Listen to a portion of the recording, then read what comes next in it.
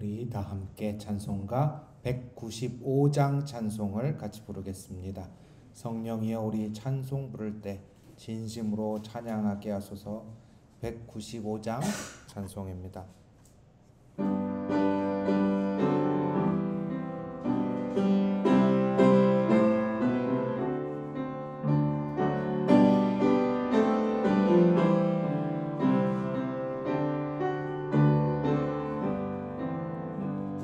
성령이여 우리 찬송 부를 때 진심으로 찬양하게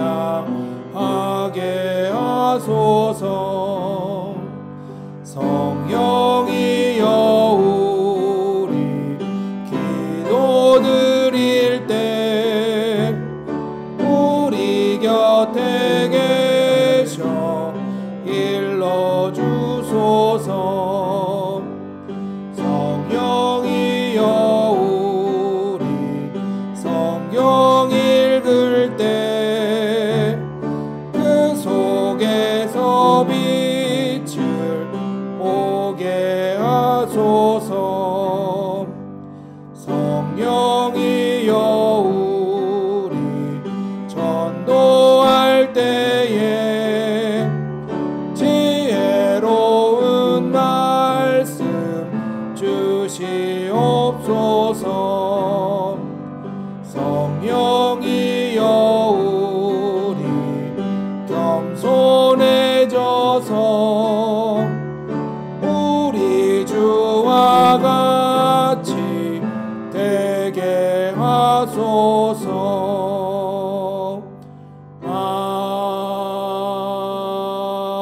아멘.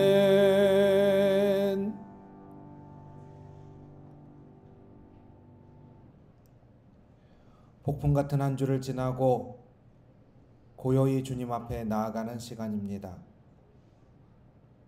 묵상으로 기도하시면서 우리 겸손히 예배자의 자리로 나아가시겠습니다.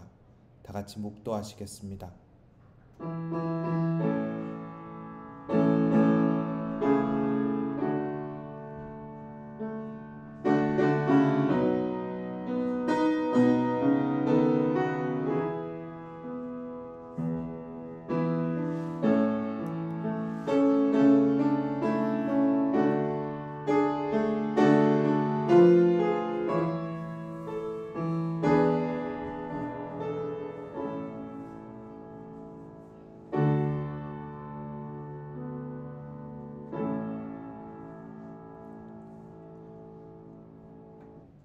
우리 주님을 찬양하는 예배, 주님을 찬양하면서 또한 저희 또한 기쁜 가운데 드리는 예배, 하나님 앞에 마음을 쏟아놓고 우리의 삶의 짐들은 가벼이 내려놓을 수 있는 예배, 그런 예배를 소망합니다.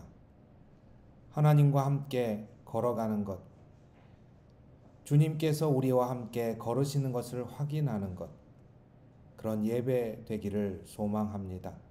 이 예배 홀로 영광 받아 주시옵소서. 예수님 이름으로 기도합니다. 아멘. 이제 다 같이 자리에서 일어나셔서 찬송가 1장을 함께 부르겠습니다.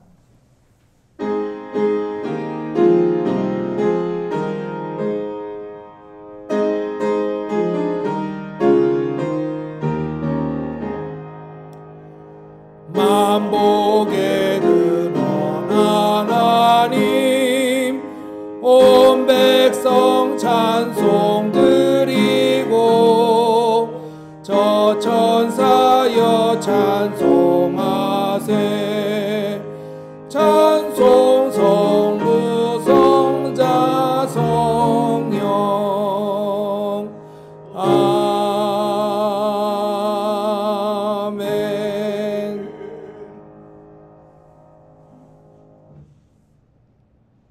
지난 한 주를 함께 돌아보시겠습니다.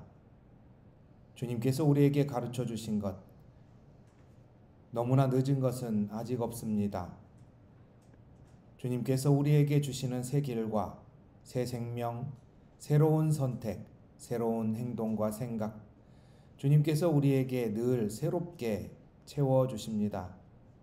그러나 그 전에 저희들 지나온 길을 되돌아볼 수 있는 눈과 내 입에서 나갔던 말과 다른 이와 함께 했던 시간들을 돌아볼 수 있는 시간들을 온전히 주님 앞에 드리시기를 바랍니다.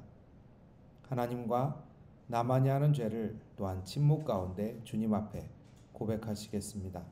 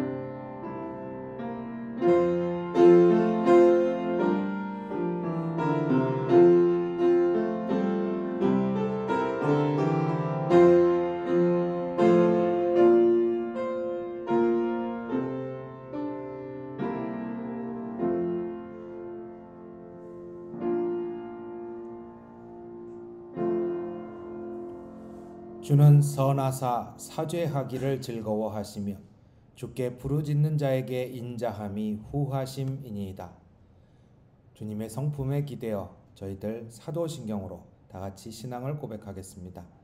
나는 전능하신 아버지 하나님 천지의 창조주를 믿습니다. 나는 그의 유일하신 아들 우리 주 예수 그리스도를 믿습니다. 그는 성령으로 잉태되어 동정녀 마리아에게서 나시고 본디오 빌라도에게 고난을 받아 십자가에 못 박혀 죽으시고 장사된 지 사흘 만에 죽은 자 가운데서 다시 살아나셨으며 하늘에 오르시어 전능하신 아버지 하나님 우편에 앉아 계시다가 거기로부터 살아있는 자와 죽은 자를 심판하러 오십니다. 나는 성령을 믿으며 거룩한 공교회와 성도의 교제와 죄를 용서받는 것과 몸의 부활과 영생을 믿습니다. 아멘. 이제 자리에 앉아주시기를 바랍니다. 우리 선한 능력으로 지난주에 이어서 찬양 같이 오늘 끝까지 1절부터 4절까지 같이 부르도록 하겠습니다.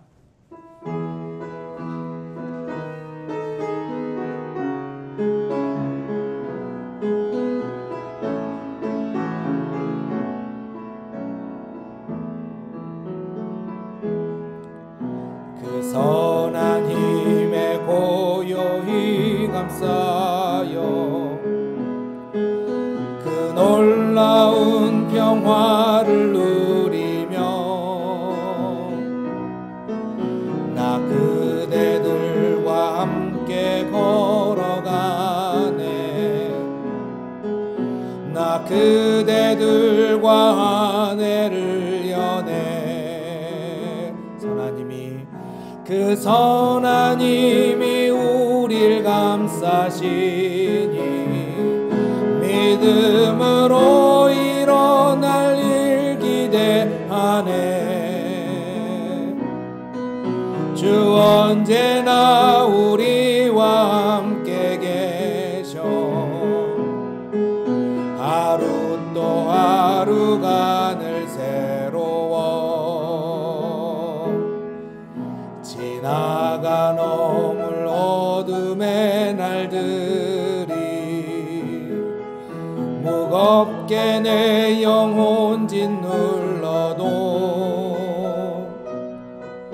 오 주여 우릴 외면치 마시고 약속의 구원을 이루소서. 그 선한 힘이 우릴 감싸시니 믿음으로 일어날 일 기대하네. 주 언제나 우리와 함께 계셔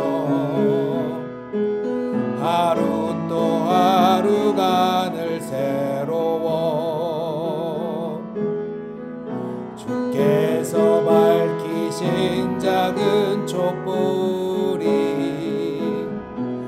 어둠을 헤치고 타오르네.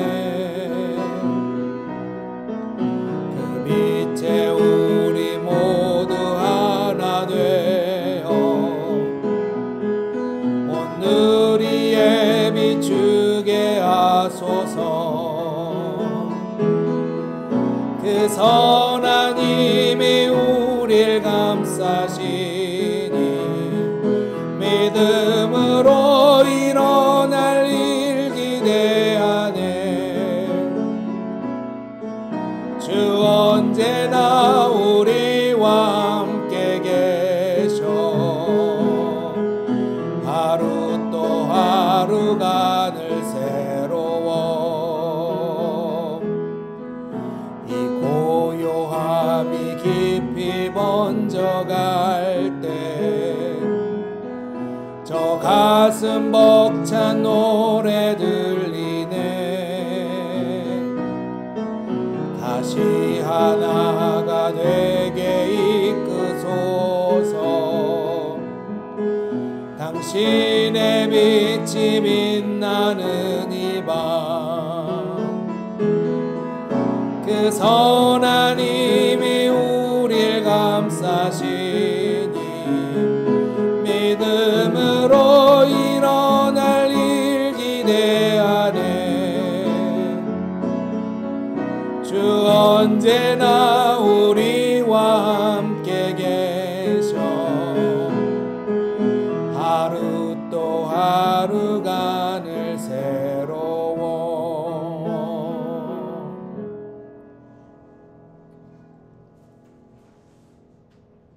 오늘 함께 나누실 교독문은 잠언 3장의 내용을 담고 있습니다. 지혜를 얻은 자와 명철을 얻은 자는 복이 있나니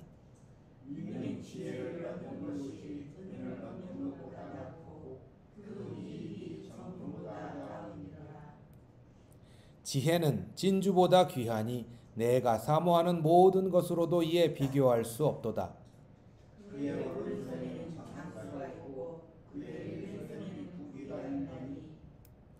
그 길은 즐거운 길이요 그의 지름길은 다 평강이니라. 지혜는 그 얻은 자에게 생명나무라.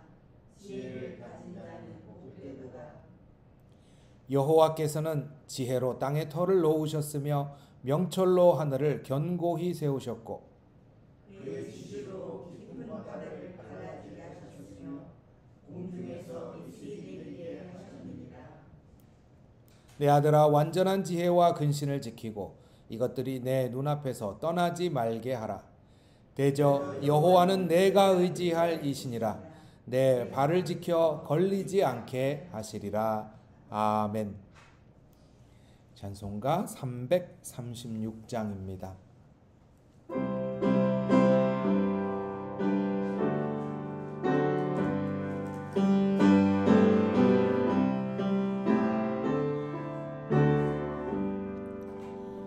환난과 핍박 중에도 성도는 신앙 지켰네.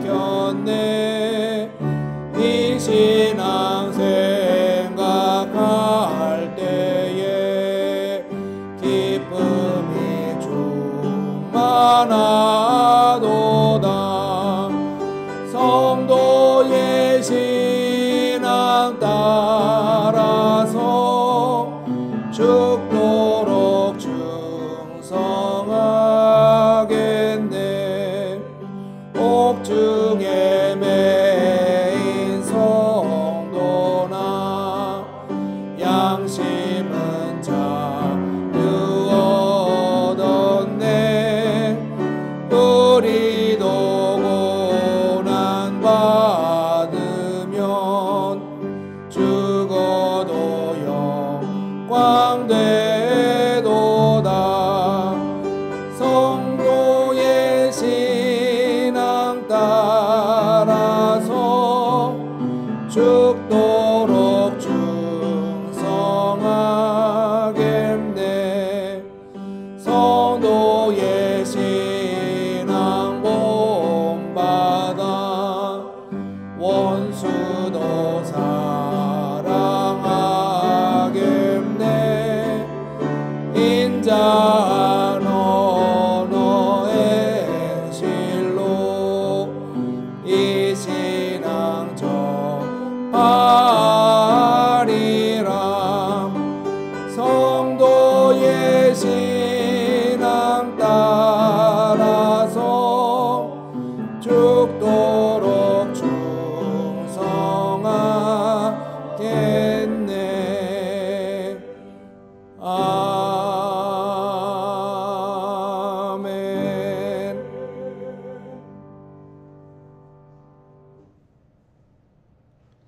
오늘 함께 나눌 기도시는 광야에서 배우는 이름 없는 것들이라는 제목의 기도시입니다.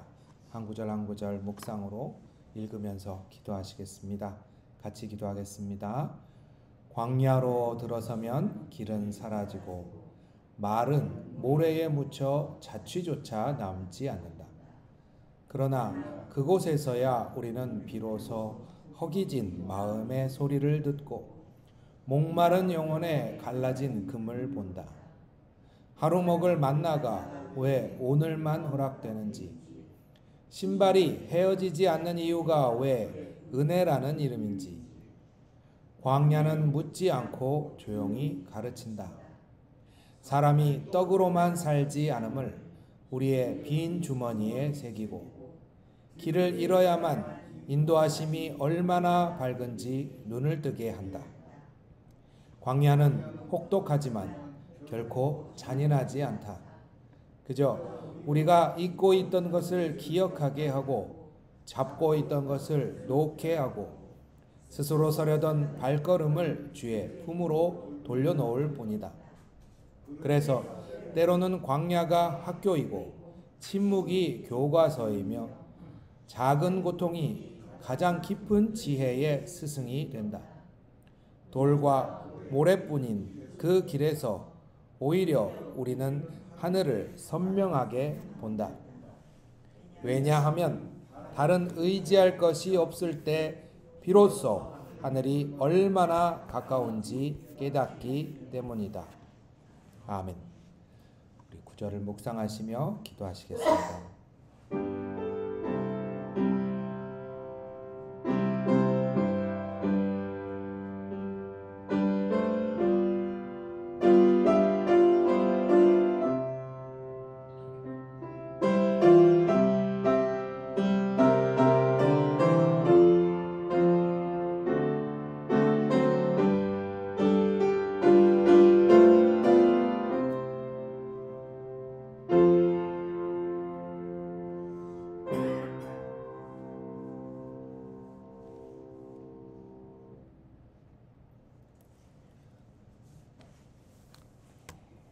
오늘 함께 나누실 하나님의 말씀은 신명기 8장 1절로 6장입니다.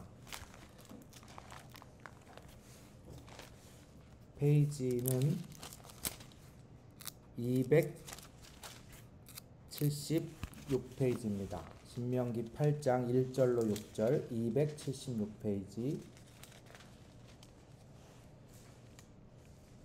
신명기 8장 1절에서 6절까지 오늘 말씀 길지 않기 때문에 저희들 함께 같이 읽어보도록 하겠습니다. 신명기 8장 1절에서 6절입니다. 다 찾으신 줄 알고 같이 읽도록 하겠습니다.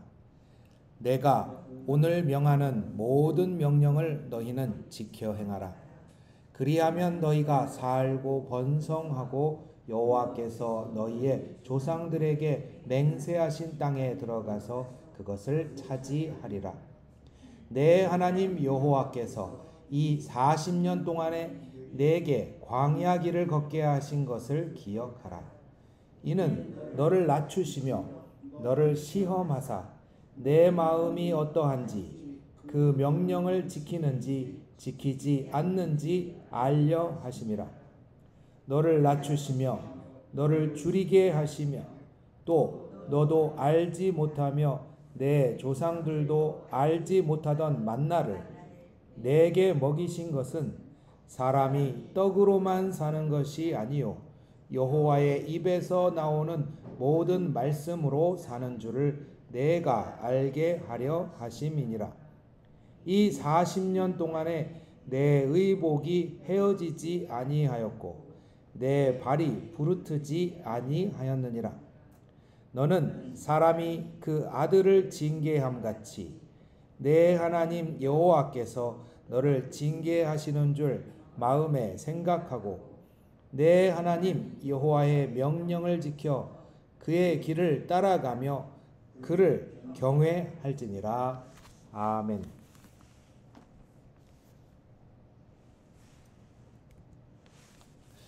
우리 함께 잠시 묵상으로 기도하시겠습니다. 광야길을 저희에게 주신 이유, 그리고 저희에게 다가오는 광야의 체험들 속에서 예수 그리스도의 모습을 발견하기를 원합니다. 약함 가운데 이 세상을 밝히셨던 예수 그리스도의 순전한 모습 가운데 저희들 머물기를 원합니다. 예수님 이름으로 기도합니다. 아멘. 교회의 시작, 교회 달력의 시작이 바로 이 대림절입니다. 이제 교회에서는 지난해가 가고 새해가 시작됐다고 말할 수 있는 절기가 바로 대림절 첫째 주일입니다. 이제 다 아시다시피 대림절은 예수 그리스도의 오심을 기다리는 절기입니다. 예수 그리스도를 기다리는 사람들에게 그 이유를 다시 생각하게 하는 그런 절기이기도 하죠. 여러분에게 예수님이 여러분과 함께 하신다라는 것은 어떤 의미입니까? 요즘에 계속해서 고난에 대한 이야기와 그리고 고난 중에 약함에 대한 이야기를 같이 나누고 있습니다. 예수님을 만난다라는 것, 예수님을 만나지만 우리가 사실 성경을 아는 사람들은 쉽게 말하지 못하는 게 예수님처럼 사는 것은 우리가 쉽게 결심하기가 어렵습니다.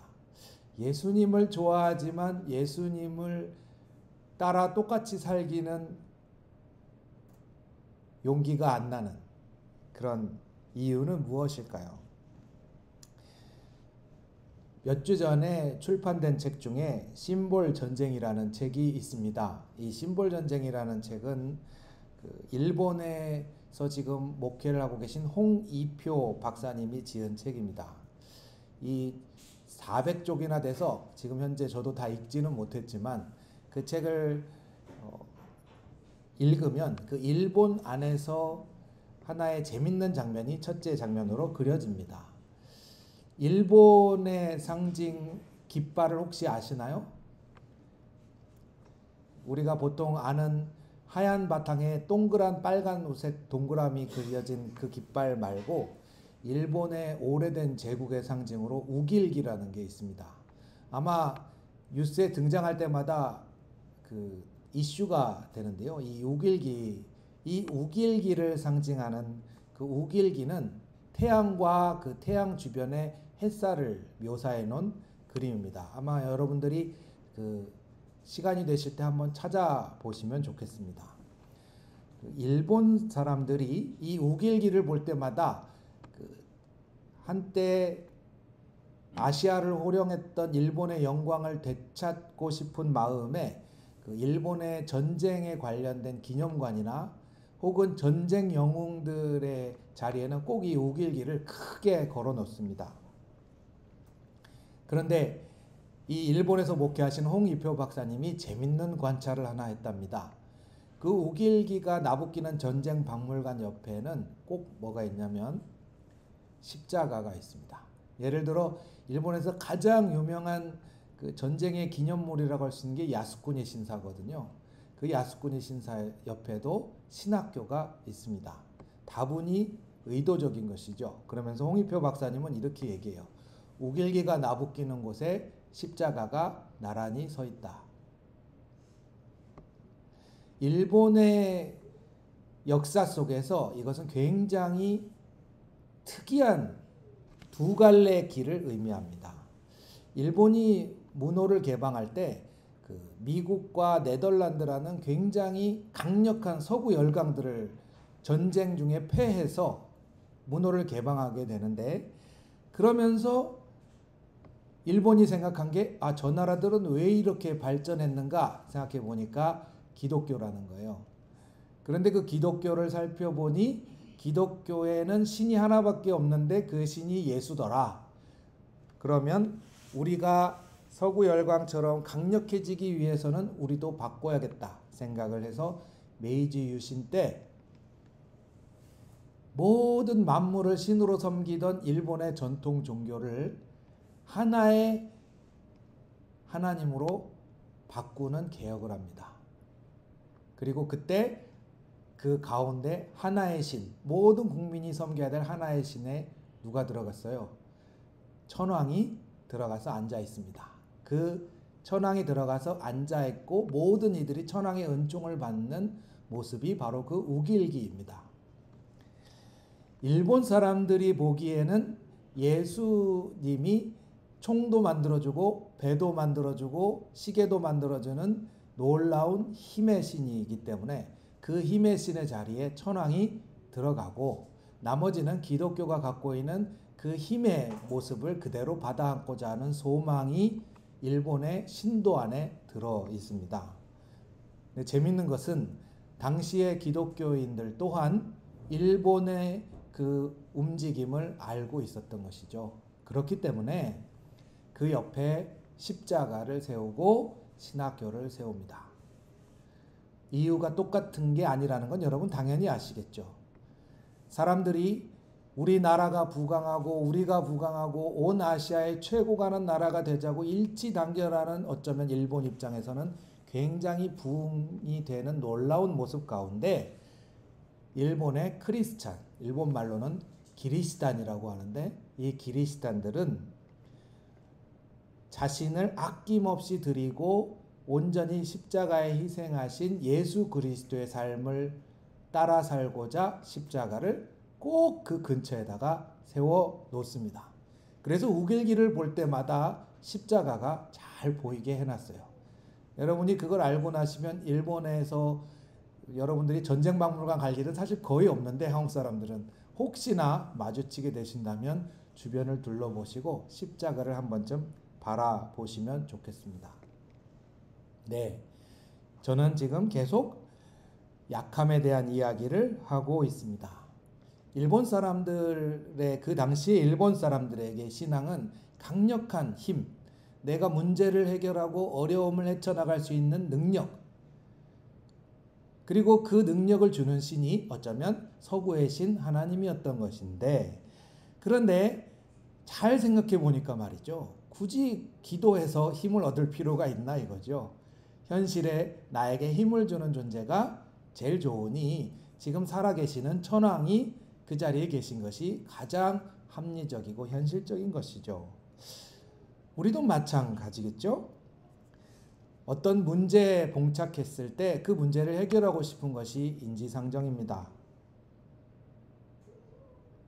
그런데 과연 우리가 생각하는 그런 능력과 힘이 우리의 문제를 해결해 줄까요? 성경은 그 문제의 해결의 근원적인 힘을 힘 있는 하나님에게서 찾는 것이 아니라 광야의 체험에서 찾습니다. 그리고 이 신명기는 다시 또 라는 제목을 갖고 있습니다. 여러분 한자로 신이 다시 신자거든요. 그래서 신명기는 다시 또 뭘 얘기해요? 이 사람들아, 능력이 있을 때 오히려 조심해라 라고 하는 걸 가르쳐 주죠. 하늘에서 만나가 내릴 때 그때 만약에 집에 먹을 게 가득했으면 만나를 먹었을까요? 안 먹죠. 안 먹어요. 네. 사실 여러분들도 뭐 가끔씩 그런 얘기 하지만 오늘과 같이 풍족한 사회에서 우리가 기도할 필요가 있나요?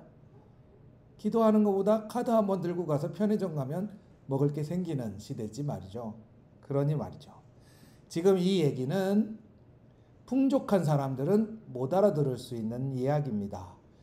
그러나 영원히 평생 풍족할 수 없습니다. 오히려 은강교회의 연령대에서는 삶에 있어서 약함을 되새기고 돌아보고 생각하기 딱 좋은 시기입니다. 오늘 말씀은 기억하라 라고 시작합니다. 기억하세요, 여러분. 어려운 일을 당하고 내가 힘들 때는 기억하십시오.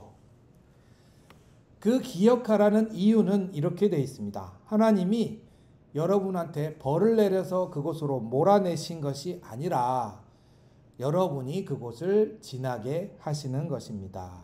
라고 하는 것을 이야기해 줍니다. 왜 이야기를 굳이 하느냐?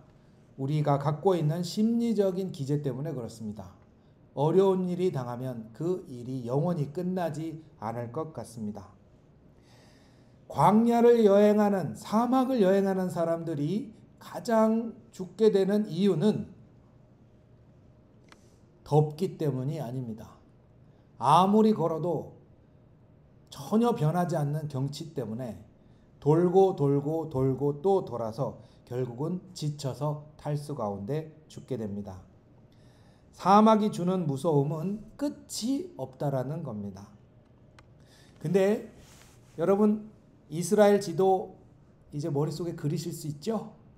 네, 이스라엘 지도를 머릿속에 아주 간단합니다. 직사각형을 그리시고 가운데 동그라미 2개를 하나 작고 하나 크게 그리시면 끝납니다.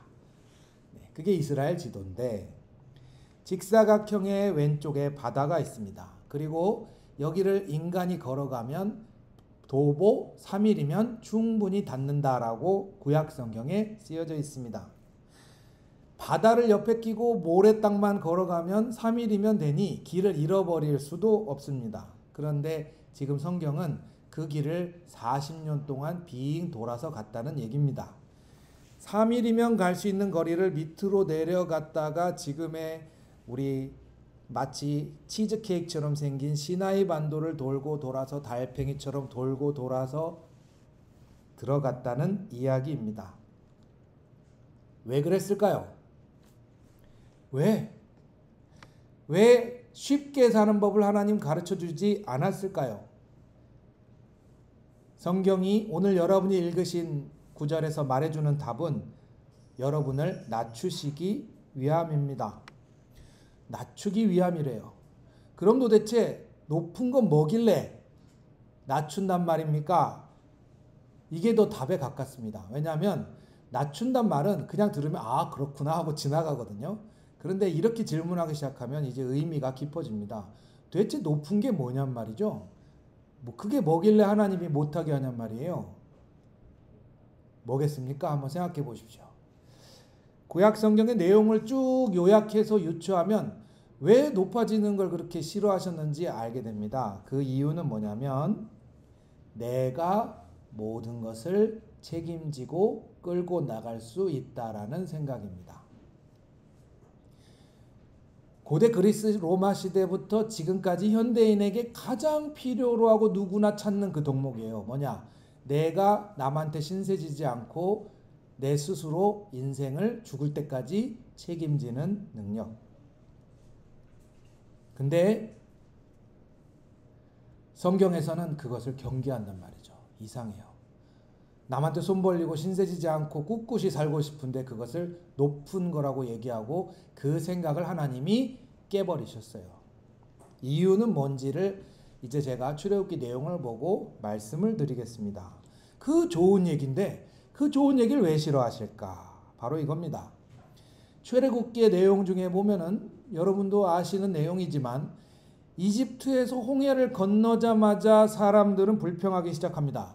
그 이유가 뭐냐면 2개를 비교하는 거예요. 하나는 이집트에서 내가 노예로 살았잖아요. 노예로 살 때랑 지금 광야에서 배고프게 살 때랑 2개를 비교합니다. 이 비교는 오늘날에도 계속됩니다. 그렇지 않겠어요? 내가 어딘가에 몸이 매여서 일하면서 돈을 벌 때는 시간이 없죠. 자유가 없어요. 근데 또 내가 자유롭게 막 살고 싶어서 직장을 나오거나 어디 매이지 않으면 뭐가 없어요? 시간은 많은데 돈이 없어요. 그죠? 이 2가지를 계속 비교합니다. 또 공부하는 학생들은 이걸 비교하죠. 현재를 즐겁게 살아라. 좋은 말이잖아요. 근데 현재를 즐겁게 살았다가 쫄딱 망했다는 이야기도 존재합니다.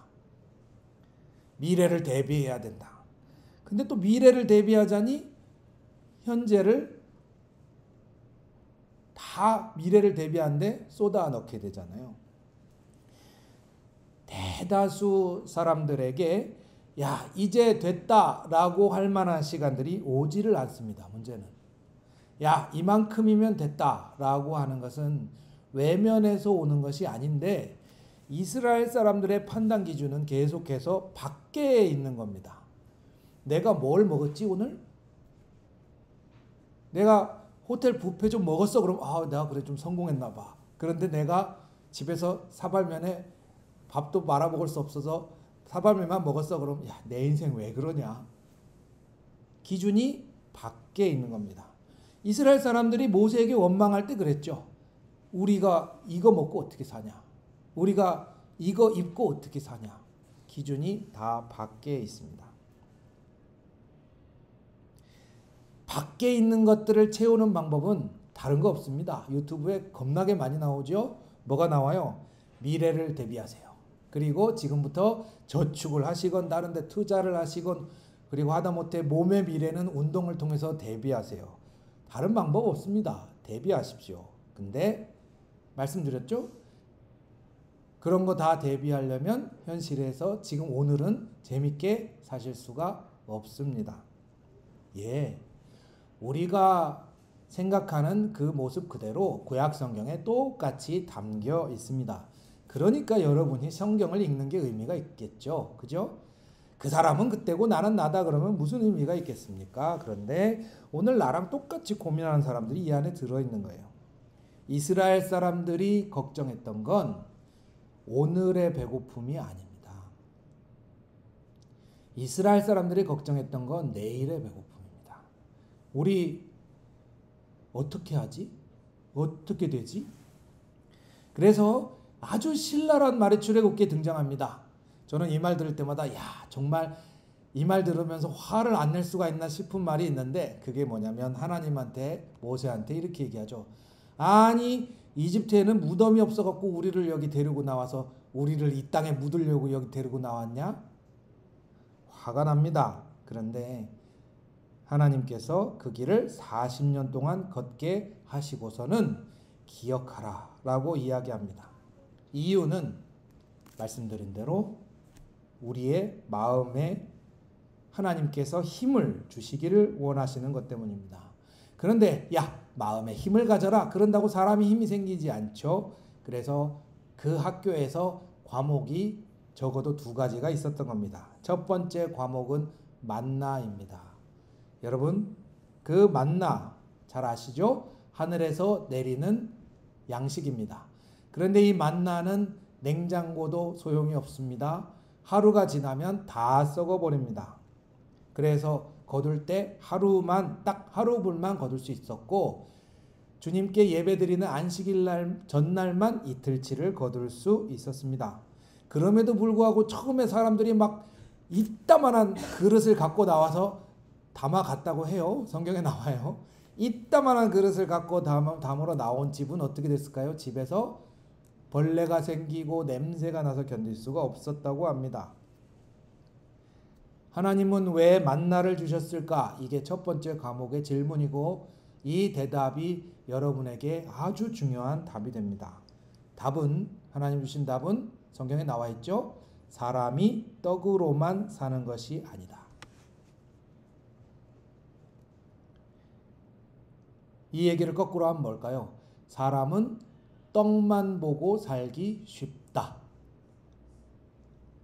거기서 시작하는 거죠. 거기서 조금 더 나가시면 나는 떡만 보고 살기 쉽다. 그러면 떡만 보고 사는 사람들이 잃어버리고 있는 것은 무엇일까요? 유명한 작가 중에 유시민이라는 작가가 있죠. 그 유시민이라는 작가가 그냥 편하게 쉽게 쓴 책 중에 어떻게 살 것인가 라는 책이 있습니다. 거기에 보면 가수가 등장합니다. 크라잉넛이라는 가수가 등장하는데, 지금 나이가 40이 되고 50이 돼가도록 이 크라잉넛을 멤버들은 여전히 음악을 하다가 심심하면 옆에 쌓아둔 맥주 깡통 위에 다이빙을 하고 자기들끼리 깔깔거리면서 웃으며 산다고 합니다. 그런데 이 유시민 작가가 뭐라 그러냐면 그것이 그래도 부럽다 라고 얘기를 해요. 그러면서 왜 그게 부럽냐 라고 얘기를 하니까, 자기는 서울법대를 가고 그 서울법대를 가서 남들이 얘기하는 그 사법고시를 보고 그렇게 해서 가는 삶이 그냥 당연한 건 줄 알고 살았는데, 이 크라잉넛은 20대 초반부터 시작해서 끊임없이 자기가 뭘 하는지 좋아하는 걸 하고 사니 부럽다. 그러면서 그 책에는 그렇게 정리해요. 하루를 살아도 의미가 있어야 한다. 그것이 사는 것이다. 사람이 떡으로만 사는 사람의 특징은 하나님의 말씀을 잃어버리는 것인데 그것이 무엇일까? 말씀은 늘 우리에게 이렇다 저렇다 얘기를 해줍니다.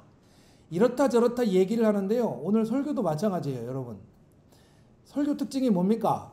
설교하면서 딴 생각하면 뭔 얘기를 하는지 알 수가 없어요. 설교는 들으면서 여러분이 생각을 하시지 않으면 이해할 수가 없죠? 똑같습니다.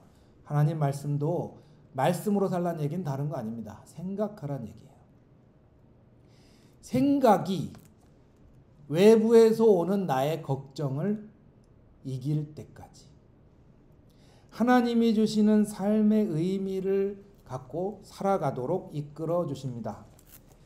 저도 이 말씀을 처음 들었을 때는 그래도 배고픈 건 없어지지 않는데 도대체 내가 성경만 먹고 살란 얘기냐? 네. 사실 우리는 대비하고 걱정합니다. 그러나 하나님이 주시는 의미는 인생의 전혀 다른 면을 보게 합니다. 그게 뭐냐면 매일매일 우리는 잘 살아갑니다. 그게 만나입니다. 대비하는 사람만 잘 살 것 같지만 그리고 대비한 대로 살아가야만 할 것 같지만 하루하루 살아가는 기적이 우리에게 있음을 만나는 보여줍니다. 내일을 잘 파악하고 바라보는 사람만 잘 살 것 같지만 오늘 내게 주시는 은혜와 선물의 의미를 늘 새기고 살아가는 사람, 그 사람이 지혜 있다고 이야기해 주는 것입니다. 내일을 계획하고 사는 사람이 굉장히 똑똑하고 잘 사는 것 같죠. 그런데 이런 사람들이 갖고 있는 맹점이 있습니다. 그 맹점 뭐냐면 계획이 절대 틀어지면 안 됩니다. 그 계획이 틀어지는 순간 그건 실패입니다. 내가 투자해 놓은 것이 원하는 대로 소득이 거둬지지 않으면 인생이 망하는 겁니다. 내가 건강을 대비해서 운동을 열심히 했는데 갑자기 내가 아파서 운동한 게 소용없게 되면 망하는 겁니다. 나는 준비했는데 말이죠. 그게 바로 대비한 사람들의 맹점입니다. 그런데 그 계획이 깨지고 난 사람들의 눈에 보이는 게 있습니다. 그게 뭐냐면 하루하루 우리는 은혜로 살아갑니다. 실패한 사람들이 볼 수 있는 눈이 뜨이기 시작하자 오늘을 사는 힘이 우리 안에 있음을 발견하게 됩니다. 하나님께서는 그래서 그렇게 얘기하죠. 4절 말씀이 이겁니다. 40년이나 되도록 옷이 뜯어지지도 않았고 네 발이 부르트지도 않았다. 내일 앞으로 10년 뒤 나의 노후는 어떻게 살아가야 하나? 여러분 이럴 때 여러분에게 이런 말씀 한번 해보시겠습니까? 40년이나 되도록 내 몸 하나님 앞에 나올 정도로 멀쩡하다. 50년이나 되도록 60년이나 되도록 나는 밥 잘 먹고 잘 하루를 살아가고 있다. 먹고 살 걱정을 하고 말고 하는 의외로 우리는 필요한 것들이 여전히 많은 것이 있음에도 불구하고 의외로 우리는 계획하지 않은 것, 설계하지 않은 것들을 선물로 받고 살아갑니다. 하나님은 우리에게 그런 것들을 주시는 분이십니다. 그리고 하나님께서 가르쳐 주시고자 하는 진정한 힘이 거기 있는 것이죠. 계획이 너무 강하신 분들은 사실 이 말씀이 안 들어올 수 있습니다. 그러나 내 인생에서 무릎 꿇어 보고 내가 배고파 보고 그곳에서 내 계획이 처참히 깨져나가는 경험이 있으시다면 광야에서 하루하루 나는 그래도 잘 살고 있음을 확인할 수 있습니다. 지금 여러분의 몸만 들여다봐도 말이죠. 우리의 한계가 드러나고 계획이 깨져나가지만 그러나 오늘도 살아가는 우리의 생명력을 가르쳐 주시는 하나님, 그 하나님과 함께 걸어보지 않겠냐? 너의 신발과 옷이 헤어지지 않았는데 함께 오늘을 걸어보지 않겠나? 라고 하는 부르심을 함께 나누시기를 축원합니다. 같이 기도하겠습니다. 하나님, 사람의 지혜가 사람을 살리지 못할 때를 많이 봅니다. 나이가 들어갈수록 우리가 갖고 있는 재력의 한계와 건강의 한계가 명확하게 보입니다. 주님, 이제는 저희들이 갖고 있는 약함을 인정할 나이가 되어갑니다. 그런데 놀랍게도 그 약함을 인정하는 속에서 하나님도 보이고 선물로 받은 인생도 보이고 또 주변에 나에게 손 내밀어주는 사람들도 보이기 시작함을 감사드립니다. 저희들 날로 예수 그리스도의 십자가에 하루하루 가까이 가는 삶을 살기를 원합니다.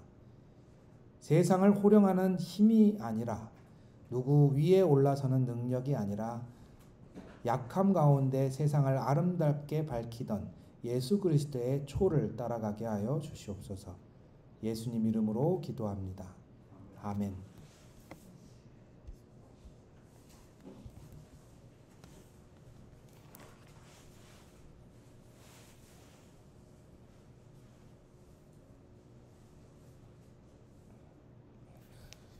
우리 찬송가 430장 찬송을 부르겠습니다. 430장 부르도록 하겠습니다.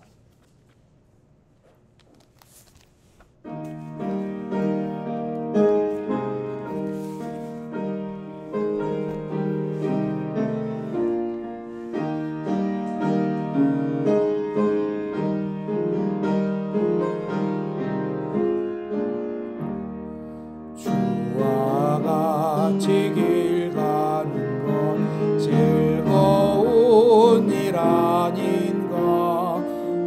우리 주님 걸어가신 발자취를 밟겠네. 한 걸음 한 걸음 주 예수와 함께 날마다 우리 걸어가리. 어린아이 같은 우리 미련하고 약하나 주의 손에 이끌리어 생명길로 가겠네. 한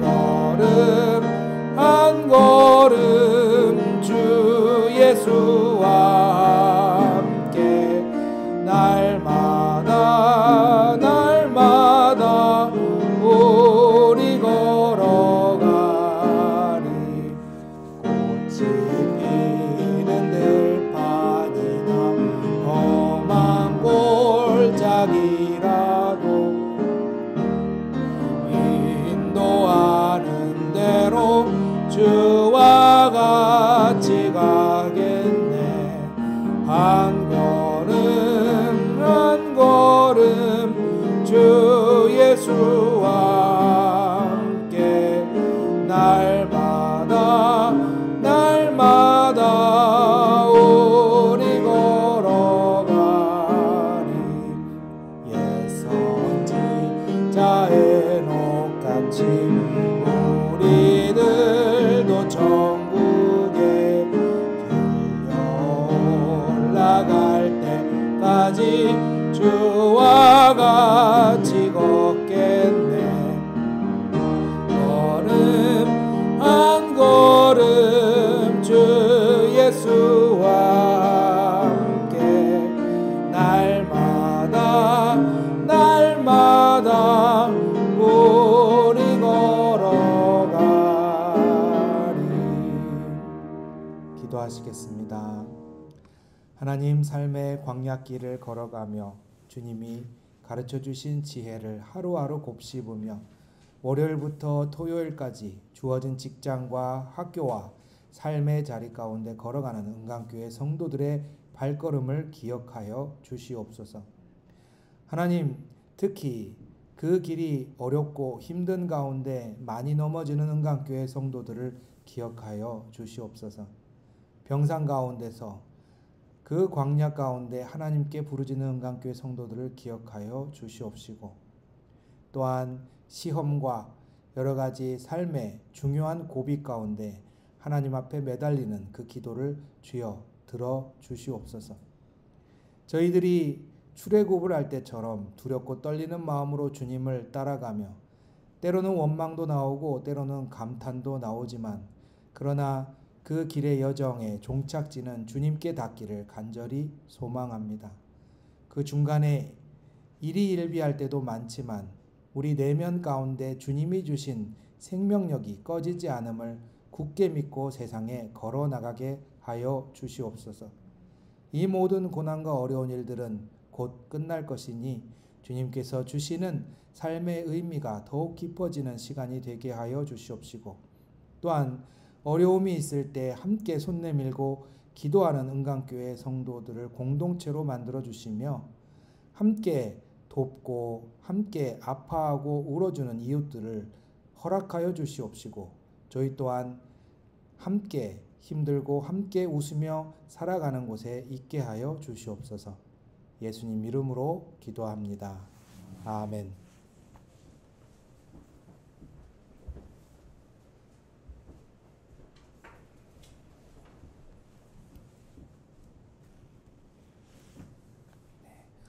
우리 또한 주보와 화면을 보시며 같이 인사하겠습니다. 먼저 주님께서 주신 하루를 잘 살아오신 우리 지체들을 격려합시다. 간단하게 잘 살았습니다. 잘 사실 겁니다. 우리 한번 축복합시다. 하나님께서 주신 삶을 잘 사실 거예요. 한 주간 잘 살아내실 거고, 믿습니다. 우리 또한 계속해서 기도한 대로 우리 또한 오늘 엄기은 학생이 시험 보는데 지혜 주시기를 또한 기도해 주시고요. 또 병상에 계신 우리 지체들, 성도분들을 기억해서 이름 부르시면서 기도해 주시면 감사하겠습니다. 또 여러분들 위해서도 저도 그렇고 기도하는 분들이 많습니다. 여러분들 그것도 기억해 주시고 우리 다 같이 많은 은혜 누리시는 한 주 되시기를 바랍니다. 오늘 식사 교제가 또 함께 있으니 같이 교제하시면서 은혜 누리시기를 바랍니다. 우리 같이 주기도문 찬송 일어나셔서 635장 부르시겠습니다.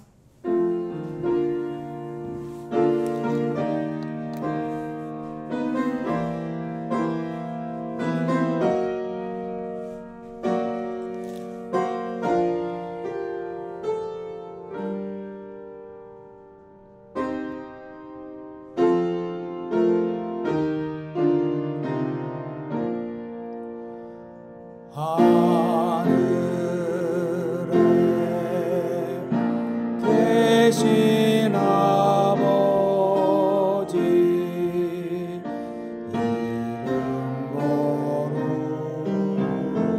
거룩하사 주님 나라 임하시고 뜻이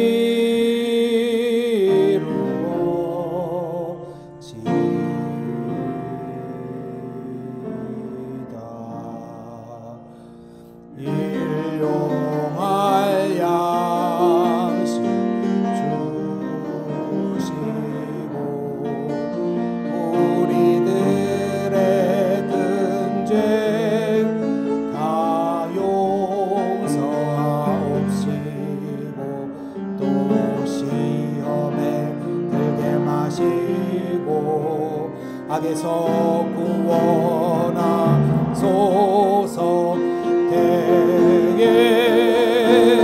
주의 나라 주의 권세 주의 영광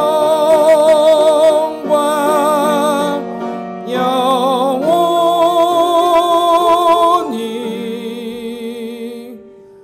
아멘.